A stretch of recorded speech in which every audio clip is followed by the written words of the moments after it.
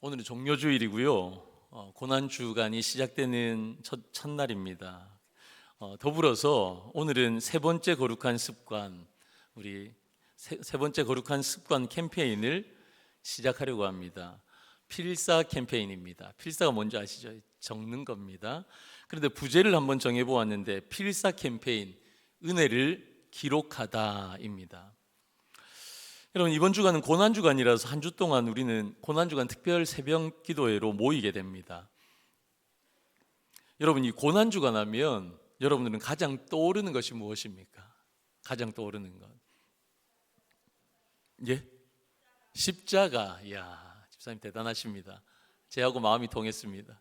제가 일부 예배 때 십자가가 떠오른다고 이렇게 말씀을 드렸는데, 일부 예배, 2부 예배 사이에 다시 말씀을 펴놓고 묵상하는데 또 뭐가 떠오르지 하는 생각이 들었어요. 그랬더니 여러분, 그거 아시나요? 예수님께서 예루살렘으로 입성하실 때, 오늘 종료주일이잖아요. 예루살렘 입성하실 때 사람들이 예수님을 환호합니다. 그러면서 손에 들고 예수님을 맞았던 게 뭐예요?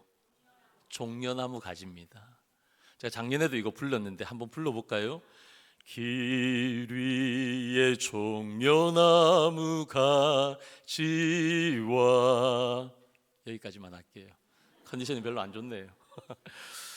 종려나무는요, 성경에서 영적인 의미와 상징이 있어요. 뭐냐면 크게 두 가지가 있는데, 하나는 승리, 하나는 찬송이에요. 예수님이 예루살렘으로 들어가신 이유가 무엇입니까? 그 마지막 세 번째 예루살렘으로 들어가시는 그때는요, 예수님이 십자가에 못 박혀 돌아가시기 위해서, 죽음을 위해서 예수님이 예루살렘으로 입성하신 거거든요.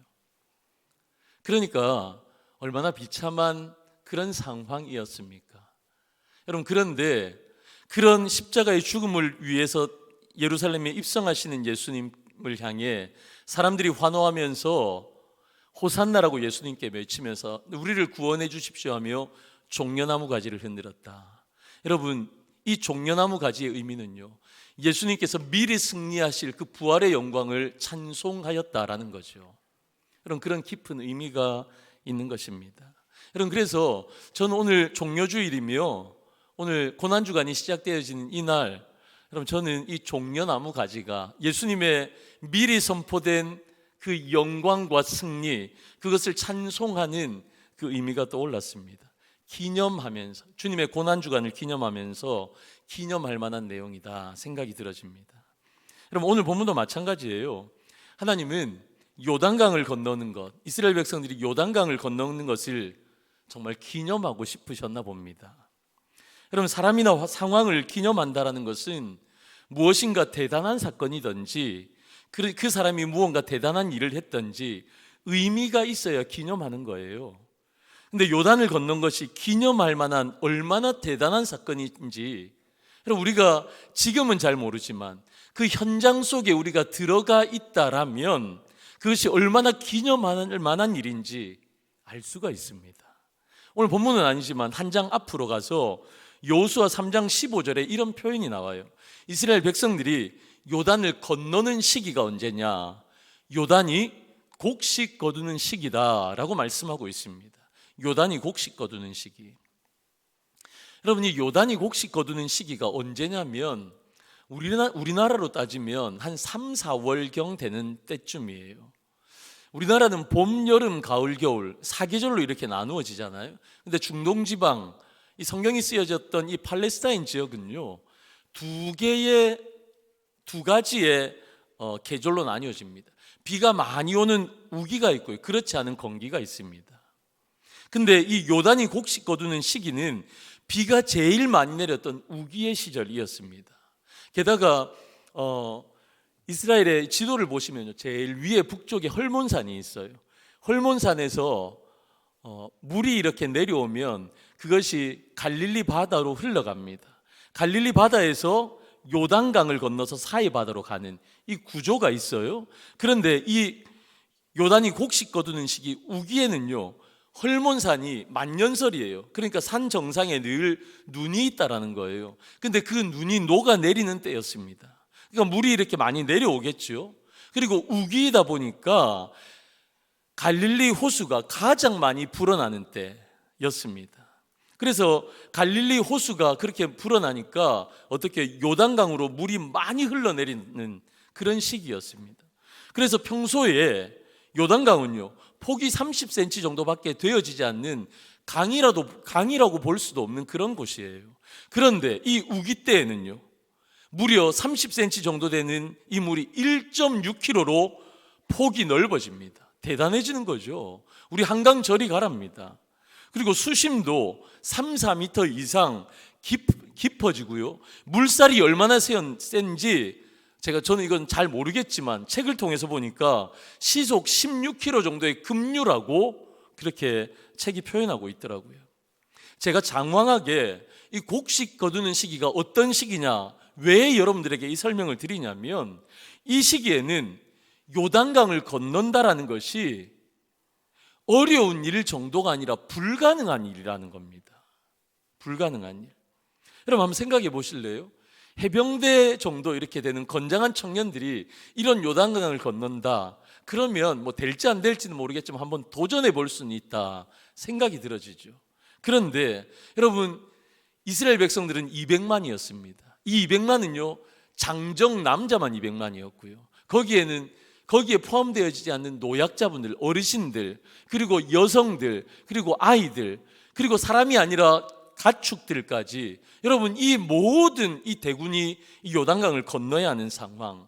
그러니까 여러분 생각해 보십시오. 이런 물이 차오르는 이 시절에 여러분 이것을 건넌다라는 것은 어려운 일이 아니라 불가능한 일입니다.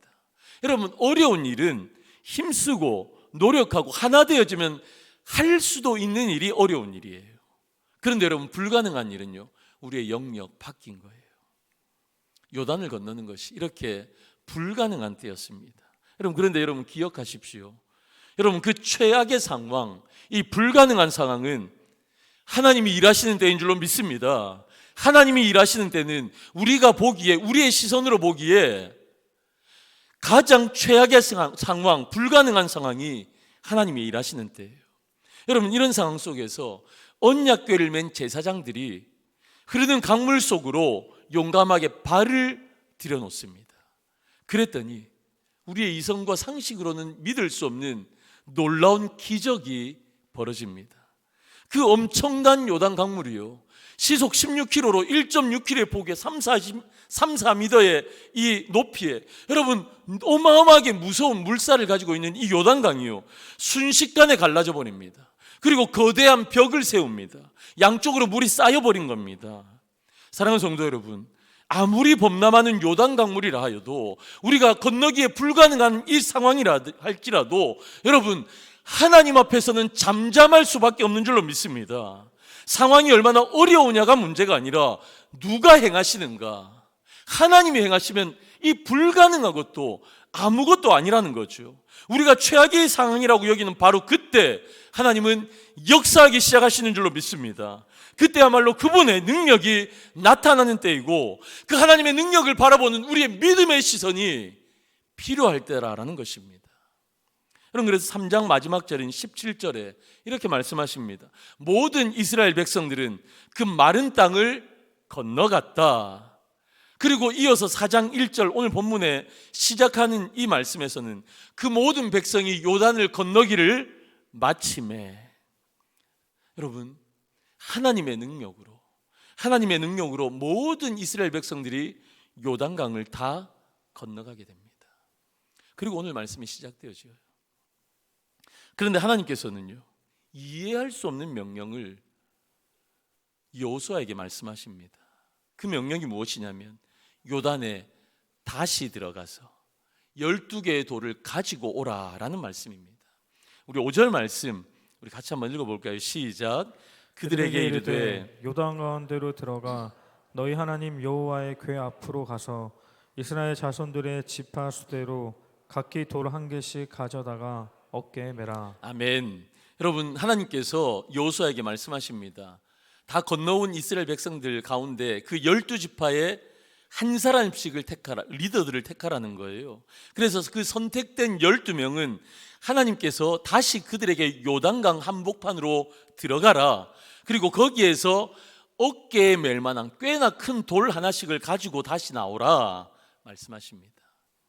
여러분, 이 명령을 처음 받았을 때 여호수아도 다시 요단강 속으로 들어가야 할 12명도 얼마나 황당하고 당황스러웠겠습니까? 왜냐하면요, 이 12사람들은 리더들입니다. 그런데 여러분, 1.6km의 그곳을 지나가는데 혼자 지나가도 힘든데 이들은 리더들이라서 여러분, 노약자들도 챙겨야 돼요. 여성들도 아이들도 가축도 챙겨야 돼요. 그러니까 혼자 건너가는 것보다 엄청나게 에너지 소모를 한 사람들이에요. 그러니까 육체적으로 힘들었을 거예요. 근데 여러분, 이거는 그냥 넘어갈 수 있다 쳐요. 근데 더 문제가 뭐냐? 지금 이스라엘 백성들은 다 건넜는데 그 정중앙에 아직 여호수아와 언약궤를 맨 제사장들은 남아 있어요. 근데 그들이 있는 그곳으로 정중앙으로 들어가는 겁니다. 여러분, 그러니까 그들이 처음 이 요단강을 건너갈 땐 우와, 우리 하나님 대단하죠? 그런 마음으로 건너가지 않았겠어요? 그러면서도 한 마음 편에는 이 물벽이 언제 넘어질까? 그러면 나는 죽는데, 우리 다 죽는데, 그런 불안함도 여전히 공존하고 있었을 거예요. 여러분, 그런데 다 건너갔다가 육체의 몸이 피곤함에도 불구하고 다시 그곳으로 가라. 여러분, 어떻겠습니까? 불안하지 않았겠습니까? 그들도 인간인 이상 아무리 하나님의 명령이라도 도무지 이해할 수 없었고 갈등하지 않을 수 없었을 겁니다. 그러나 그들은 불안하고 복잡한 생각들을 억누르고요, 즉시 그 명령에 순종하고 지체하지 않고 움직입니다. 그러면 왜 하나님께서 이 12명에게 다시 들어가서 어깨에 맬 만한 꽤나 큰 돌을 가지고 오라고 말씀하십니까? 그것은요, 요단강 도하의 기적을 기념하기 위해서예요. 이 요단강 도하의 기적을 기념하는 것에는 두 가지 의미가 있습니다. 그 첫 번째가 뭐냐면, 가나안에서도 내가 너희를 위해서 싸울 것이다 라고 말씀하시는 하나님의 약속과 선언입니다. 여러분, 요단을 건넌다는 것은 제가 설명을 드렸지만 이건요, 어려운 일이 아니에요. 불가능한 일입니다. 그래서 요단을 건너면서 이스라엘 백성들이 어떤 노력도 행하지 않았어요.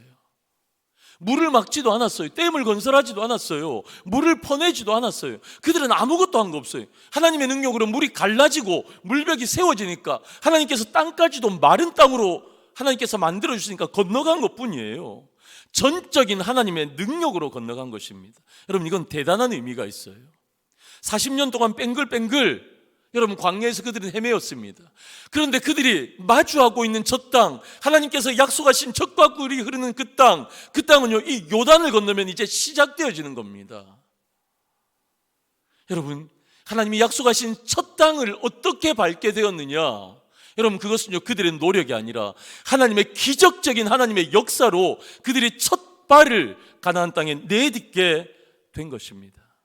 여러분, 그런데요, 그 땅에 들어가면 그들을 기다리는 이들이 누구였습니까? 가나안의 7 족속들, 거인족들이 그들을 기다리고 있는 거예요. 웰컴 투 가나안하고 그들을 맞이합니까? 그렇지 않아요. 그들이 들어가면 이제 땅 따먹기 전쟁을 해야 합니다. 누구랑요? 거인족들이랑. 객관적인 전력으로는요, 싸워서 이겨낼 수가 없습니다.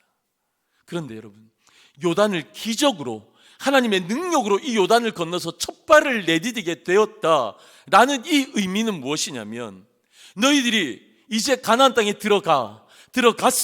들어갔는데 이제 너희가 거인족들과 싸워야 하는데 너희의 싸움이 아니야. 너희가 싸울 것이 아니라 요단을 기적처럼 나의 능력으로 건너간 것처럼 어떻게 해요? 내가 너희를 위해서 내가 싸울 것이다 하시는 하나님의 약속, 하나님의 선언이 여러분 첫 번째 관문 요단강을 건너가는 기적의 도와 이 사건인 줄로 믿습니다. 여러분, 여기를 한번 보실래요? 우리 교회 영구적인 표어가 무엇입니까? 시작. 하나님이 하셨고 하나님이 하십니다. 우리 조금만 더 크게 믿음으로 선포해 볼까요? 시작. 하나님이 하셨고 하나님이 하십니다. 할렐루야. 여러분, 이게 무슨 의미입니까? 이 의미는요, 하나님이 우리 교회 하셨어요. 다음 주 되면 49번째 생일입니다. 여러분, 이 49년 동안 누가 하셨습니까? 하나님이 하셨어요. 우리 1대 2대 우리 1대 우리 목사님, 2대 우리 원로 목사님을 통해서 하나님이 하셨어요. 그리고 돕는 동력자들, 우리 은퇴하신 우리 장로님들, 권사님들, 우리 성도님들을 통해서 하나님이 하셨어요. 그리고 앞으로도 어떻게 저를 통해, 저와 동력자 되신 우리 성도님들을 통해 하나님이 하실 줄로 믿습니다. 여러분, 그런데요, 이건요, 이 의미는 우리가 어떤 의미로 드리는 고백입니까? 모든 주권을 하나님 앞에 내어드리는 고백이에요. 사랑하는 성도 여러분, 요단강 도하가 그런 겁니다. 우리의 힘으로 걷는 것이 아니라 하나님의 능력으로 건너간 이 요단강 도하는 하나님이 하셨고 앞으로도 하나님이 하실 것이라는 하나님의 능력, 하나님의 약속의 상징이었던 거예요. 여러분, 기념할 만하죠. 하나님의 놀라운 능력으로 건너갔는데 기념할 만하죠. 두 번째, 이 의미는요, 기념비를 세우는 이 의미는 다음 세대를 교육하라라는 하나님의 의미입니다. 여러분, 참으로 급박했어요. 요단강을 건너갔어요. 참 급박한 상황이었고 다시 가서 이걸 가지고 오는 만만치 않은 상황이었습니다. 그런데 여러분, 하나님의 시선이 어디에 계셨습니까? 하나님의 시선은요, 지금 이 물이 떨어지느냐 마느냐, 어떤 돌을 가지고 가느냐, 여러분, 이런 곳에 하나님의 시선이 있지 않았어요. 하나님의 시선은 다음 세대에게 있었습니다. 6절과 7절입니다. 이것이 너희 중에 표징이 되리라. 후일에 너희 자손들이 물어 이르되 이 돌들이 무슨 뜻이냐 하거든. 아빠, 이건 무슨 의미예요? 이 돌이 무슨 기념을 하기 위해서 이걸 만드셨어요? 하거든 너희 자손들에게 이르기를 요단물이 여호와의 언약궤 앞에서 끊어졌나니 곧 언약궤가 요단을 건널 때 요단물이 끊어졌으므로 이 돌들이 이스라엘 자손에게 영원히 기념이 되리라 하라 하니라. 할렐루야.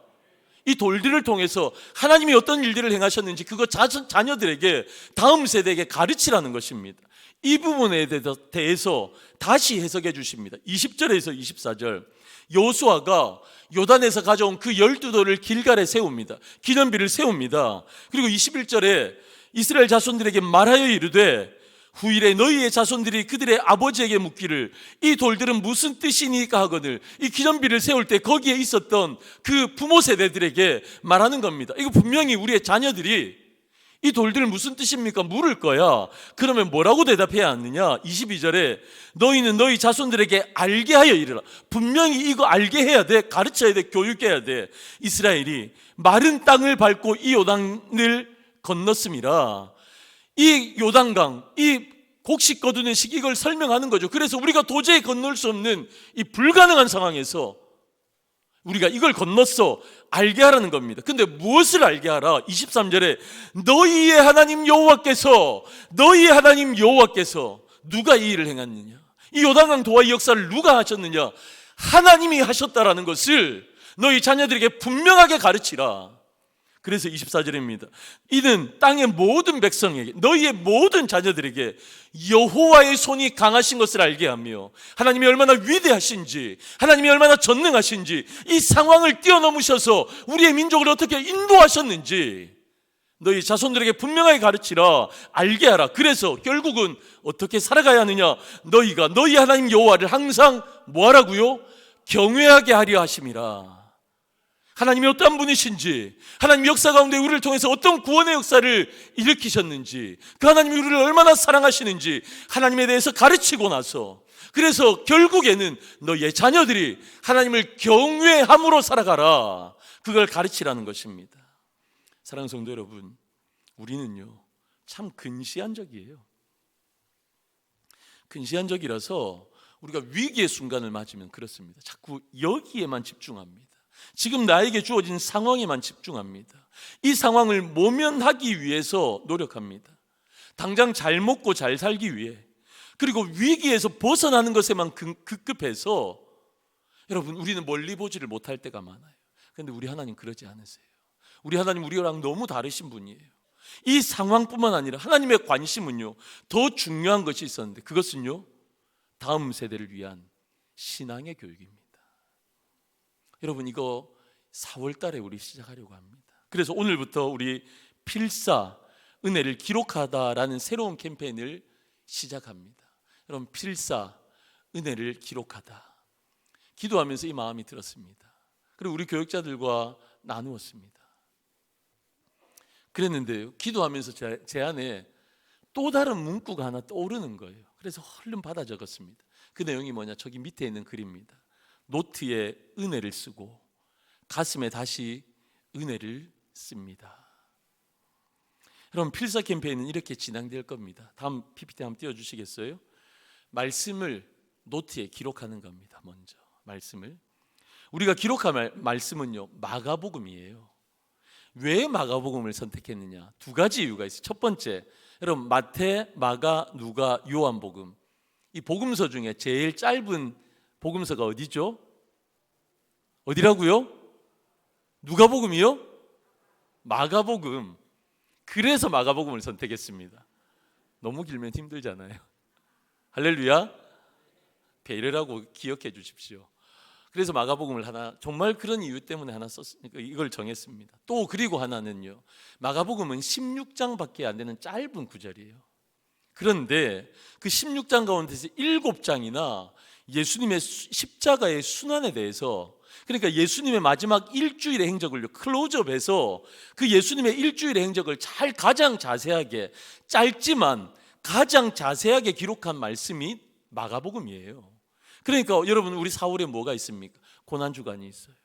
예수님의 십자가를 깊이 묵상하는 그런 기념하는 주간입니다. 그리고 나서 부활주일이 있습니다. 이 4월에는요, 특별히 예수님의 십자가와 부활을 더 깊이 묵상해야 하는데, 저는 마가복음이 가장 적격이다 생각했습니다. 여러분, 그래서 예수님을 깊이 묵상할 수 있고, 더불어서 로마서에 이런 말씀이 있잖아요. 아들을 내어주시니까 어찌 그 모든 것을 우리에게 더하여 주시지 않겠느냐. 아들을 내어주신 아버지 하나님의 사랑을 깊이 있게 묵상할 수 있는 본문의 말씀입니다. 여러분, 그래서 준비했습니다. 필사할 수 있는 노트를 준비했습니다. 다음 PPT 한번 보여주실래요? 저렇습니다. 이게 뭐냐면 이렇습니다. 이래요. 여러분들에게 나누어 드릴 필사 노트입니다. 보기만 해도 쓰고 싶은 마음이 막 열정이 막 올라오지 않나요? 너무 예뻐서. 저번 주까지 아멘 캠페인 했는데 잊으셨나 봐요. 열정이 막 올라오지 않으십니까? 이런 열정으로는 안 돼요. 쉽지 않아요. 열정이 막 올라오지 않으십니까? 아멘. 여러분, 요걸 넘기시면요, 이제 노트가 나오는데, 여러분들이 이 노트에 이제 마가복음을 기록하는 겁니다. 각 가정당 한 권씩 받아가시면 좋겠습니다. 각 가정당. 저희 집도 구성원이 4명이에요. 그럼 4권을 가지고 와야 되는데, 아닙니다. 한 권만 가지고 가십시오. 아무리 구성원이 10분이라도요, 한 권만 가지고 가십시오. 왜냐하면 가족이 함께 쓰는 거예요. 혼자서 마가복음 1장에서 16장 다 쓰는 게 아니라 우리 가족이 함께 쓰는 거예요. 예를 들어서 월요일은 아빠가 썼으면 화요일은 큰애가 쓰고 수요일은 엄마가 쓰고, 이렇게 역할을 나누어서 쓰는 겁니다. 근데 목사님, 우리 애는요, 너무 어려가지고 유치원생이라서 글자도 삐뚤삐뚤 너무 잘 못 써요. 아직 일주일에 한 절을 써도 됩니다, 아이들이. 여러분, 그러나 무조건 한 주간 쓸 때에 한 주에 아이들의 글도 반드시 들어가야 됩니다. 방법이나 분량은 상관이 없는데 가족 모두가 나누어서 쓰는 겁니다. 여러분, 두 번째입니다. 두 번째는요, 은혜를 마음에 기록하는 겁니다. 은혜를 마음에. 여러분, 이번에 필사는요, 가장 초점을 둔 것이 무엇이냐면 가족이 함께 쓴다라는 거예요. 이 한 권 안에 아빠도 필사를 하고 엄마도 필사를 하고 자녀들도, 혹시 부모님 계시면 할아버지 할머니도 필사를 같이 하시는 거예요. 여러분, 이렇게 노트에 하나님의 말씀을 기록하고 나서 그 다음에 뭘 하느냐? 가슴에 새기는 시간을 가집니다. 그것이 뭐냐면 일주일에 한 번은 반드시 우리 가족 함께 나눔의 시간을 가지는 거예요. 조금 영어로 표현하면 패밀리 타임을 가지는 거예요. 아빠들이 아무리 바빠도요, 요즘은 아빠들 바쁜 것보다 제가 볼 때는 우리 자녀들이 더 바쁜 것 같아요. 학교 다니고 학원 다니고 아빠보다 더 늦게 집에 오는 경우가 많더라고요. 그러나 아무리 바빠도 일주일에 한 번은 우리가 시간을 정하는 겁니다. 함께 모일 수 있는 시간. 그래서 엄마가 그날은 맛있는 만찬에서 같이 식사하고, 그리고 나서 이 패밀리 타임을 하셔도 좋고요. 아니면 일주일에 한 번씩 좋은 근사한 레스토랑 가셔도 좋아요. 그리고 나서 그 이후에 좋은 카페를 가셔서 이 나눔의 시간을 하셔도 좋습니다. 꼭 온 가족이 함께 모이시는 시간을 가지시길 바랍니다. 모여서 뭘 하느냐? 주신 은혜를 나누는 거예요. 그럼 하나님의 말씀을 기록하면서 그 말씀의 내용이 너무 좋아서 나누고 싶은 것들이 있어요. 그럼 그거 나누는 거예요. 그런 내용은 아닐지라도 그냥 필사하는 것 자체로 주시는 은혜가 있을 거예요. 그럼 그런 거 나누는 거예요. 그러면서 요즘 내 삶도 나누고, 아빠 공부하는데 수학이 너무 어려워, 아빠 좀 기도해줘. 그럴 수 있잖아요. 아빠가 요즘 일하는데 위에 직장 상사가 너무 아빠를 괴롭혀, 그거 좀 기도해줘. 나눌 수 있잖아요. 그래서 삶을 나누는 겁니다. 그리고 나서 반드시 이걸 하십시오. 부모님들이 자녀들을 축복하며 반드시 기도해 주십시오. 신앙이 잘 전수되어질 수 있도록, 하나님의 말씀이 우리의 가정 가운데 역사하도록, 우리의 자녀들 가운데 역사하시도록 우리 부모님들이 자녀들을 축복하며 기도해 주십시오. 부모들은 가정 안에 세우신 하나님 나라의 제사장들입니다.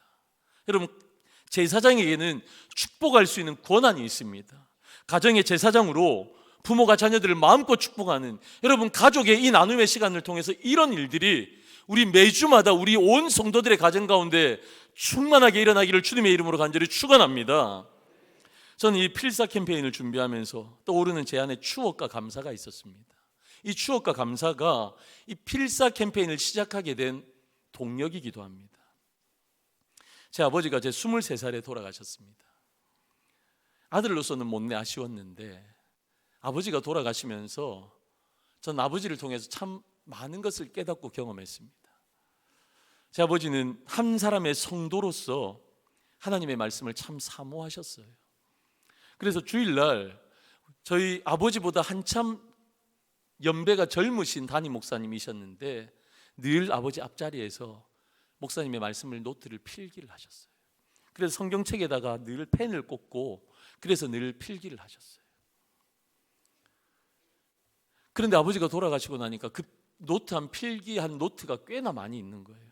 그 내용을 하나씩 제가 읽어봤습니다. 제가 신학생 시절이라서 하나씩 읽어봤는데 내용이 너무 좋은 거예요.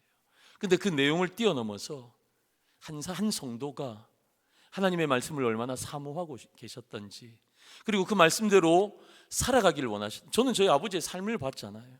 그러니까 한 성도의 말씀, 하나님을 사랑하는 그 순수한 마음, 그 마음이요, 노트에 기록되어져 있는 설교 내용을 통해서 여러분, 저는 아버지의 그 마음이 아들인 저에게 전달이 되어져서 제 마음의 울림이 아주 깊었던 거 기억이 납니다.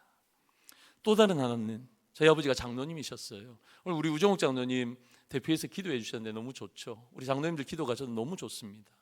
그런데 저희 아버지도 몇 달에 한 번씩 이렇게 강대상에서 대표 기도를 하셨어요. 아버지가 돌아가시기 전에 아버지의 기도하셨던 대표 기도를 준비하셨던 내용을 들어봤어요. 저희 아버지는 직업이 운전하시는 거였어요. 그래서 핸들을 잡으시면 이번 주에 대표 기도가 있으면 언제나 아버지가 그 주일날 대표 기도할 것을 읊조리셨대요. 그래서 그걸 5일 6일 동안 하니까 그걸 다 외우시는 거죠. 그런데 제가 어린 시절에 반드시 일주일에 한 번씩 이건 영락 없이 가는 곳이 있었어요. 어디냐면 동네 목욕탕이에요. 저도 토요일 오후가 되면 아버지랑 손을 잡고 늘 동네 목욕탕을 갔습니다. 그러면 저희 아버지는요, 탕이 있잖아요. 아무도 들어올 수 없을 만큼 뜨거운 물을 심하게 콸콸 틀어놓으시거든요. 그리고 나서는 다른 아저씨들은 청산하고 이러시는데 저희 아버지는 뭐 하세요. 어린 마음에 제가 그게 좀 부끄럽기도 했어요. 근데 제가 알게 된 비밀은 대표 기도가 있는 주간 핸들을 잡으시면서 그렇게 기도 준비하시고, 그리고 나서 마지막 준비하시는 곳이 토요일 오후에 목욕탕 탕안이셨던 거예요. 거기에서 계속해서 대표 기도할 걸 하나님 앞에서 다시 기도하고 또 기도하고 문구를 또 수정하고 그러셨다라는 걸 들었습니다. 그리고 나서요, 일주일을 준비하니까 그걸 다 외우신 거예요. 그리고 나서 주일날 저녁에 오시면 주일날 저녁에 여지없이 노트에다가 그 기도를 적으셨습니다. 전 가슴이 뭉클했습니다. 저희 아버지가 돌아가시고 나서 말씀을 기록한 노트를 바라보면서 아버지가 장로로 이 시간이 얼마나 귀한지, 하나님 앞에 얼마나 준비하셨든지 그 기도문을 적어 놓으셨던 여러 권의 노트를 바라보면서 아버지가 성도로 하나님의 말씀을 얼마나 사랑하셨는지, 아버지가 장로로 얼마나 기도를 준비하셨던지, 그 노트는 하나님을 사랑하는 제 아버지의 삶이었고요, 목사가 될 아들에게 하나님을 사랑하며 살아가라 말씀하시는 저에게는 기념비였습니다. 내 힘으로는 살아가는 세상이 아니라 하나님의 은혜로 살아가라는 아버지가 아들을 향한 기념비를 남겨주셨다. 저는 그렇게 믿습니다. 저는 그 은혜를 가슴에 새겼습니다. 아버지가 걸어가셨던 그 삶의 흔적, 아버지가 하나님을 사랑하시고 예배를 사모하고 말씀을 사모하고 기도를 준비하셨던 그 삶의 흔적을 기념비로 노트뿐만 아니라 제 마음에 저는 새겼습니다. 사랑하는 성도 여러분, 저는 이번 거룩한 습관 캠페인 필사 은혜를 기록하라는 이 캠페인을 통해서 여러분, 우리 온 성도들이 말씀을 노트에 기록하시기를 주님의 이름으로 축원합니다. 그 은혜를 우리 패밀리 타임을 통해서 우리의 마음에 다시 기록하는 시간이 되어지시기를 주님의 이름으로 축원합니다. 여러분들의 상황 가운데 최악의 상황이라 할지라도 하나님의 말씀은 능력이 있어 그 말씀의 능력 가운데 여러분들의 삶을 인도하실 줄로 믿습니다. 더불어서 여러분, 우리의 소원은 우리의 당대만, 우리의 세대만 잘 먹고 잘 살고 하나님 잘 섬기는 게 아니라 우리의 세대보다 우리의 다음 세대가 하나님을 더 사랑하는 세대가 되는 것, 우리의 기도의 제목 아닙니까? 여러분, 이 필사 캠페인을 통해서 내 삶 가운데 말씀으로 역사하셨던 하나님의 은혜가 우리의 자녀 가운데, 여러분, 우리 성도님들 가운데 자녀들이 교회에 나오지 않아 하나님을 인격적으로 만나지 못해 여러분 고민하고 기도하는 제목들 저에게 주신 분들 너무 많잖아요. 여러분, 이 말씀을 쓰는 이 필사 캠페인을 통해서 하나님의 말씀의 은혜가 우리의 당대뿐만 아니라 우리의 다음 세대, 우리의 차세대, 우리의 자녀들 가운데 충만하게 임하는 은혜가 우리의 모든 가정들 가운데 일어나기를 주님의 이름으로 간절히 축원합니다. 할렐루야. 그래서 여러분, 한 번만 저를 따라해 주십시오. 말씀을 노트에 기록하겠습니다. 우리 좀 더 크게 한 번 더, 은혜를 마음에 기록하겠습니다. 할렐루야. 여러분, 그래서 이 시간 이 찬양으로 우리 한번 주 앞에 고백하겠습니다. 우리 다 같이 일어나셔서 내